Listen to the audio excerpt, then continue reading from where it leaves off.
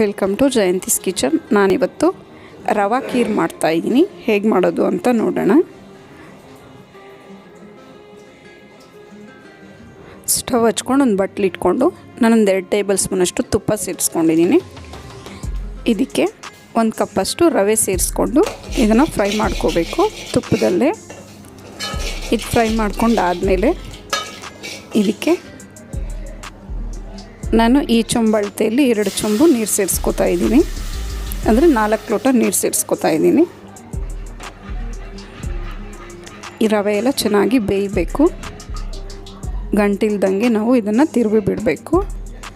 ಈಗ ಇದೆಲ್ಲ ಚೆನ್ನಾಗಿ ರವೆ ಎಲ್ಲ ಬೆಂದು ಕುದೀತಾ ಇದೆ. ಇದಕ್ಕೆ 2 ಕಪ್ಪಷ್ಟು ಬೆಲ್ಲ ಸೇರಿಸ್ಕೊತಾ ಇದ್ದೀನಿ. ಈ ಬೆಲ್ಲನೂ ಚೆನ್ನಾಗಿ ಕರಗಬೇಕು.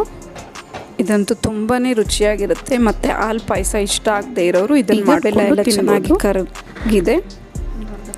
ಇದಕ್ಕೆ 1/4 ಕಪ್ಪಷ್ಟು ಕಡಲೆಬೇಳೆನ ಬೇಯಿಸಿ ಸೇರಿಸ್ಕೊಂಡಿದ್ದೀನಿ. ಇದಕ್ಕೆ ಮತ್ತು 4 ಏಲಕ್ಕಿ, ಕಾಯಿ ಚೂರು ಎಲ್ಲ ಪುಡಿ ಮಾಡಿ ಸೇರಿಸ್ಕೊಂಡಿದ್ದೀನಿ. ಇದನ್ನೆಲ್ಲ ನೀಟಾಗಿ ಮಿಕ್ಸ್ ಮಾಡಿಕೊಂಡು, ರವೆ ಪಾಯಸ ಗಟ್ಟಿಯಾಗೋಗುತ್ತೆ. ಆದಷ್ಟು ತೆಳ್ಳಗೆ ಮಾಡಿಕೊಂಡ್ರೆ ಚೆನ್ನಾಗಿರುತ್ತೆ.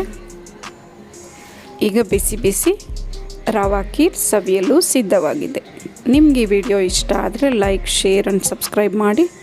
ನಿಮ್ಮ ಅನಿಸಿಕೆಯ ಅಭಿಪ್ರಾಯವನ್ನು ಕಮೆಂಟ್ಸ್ ಮೂಲಕ ತಿಳಿಸಿ.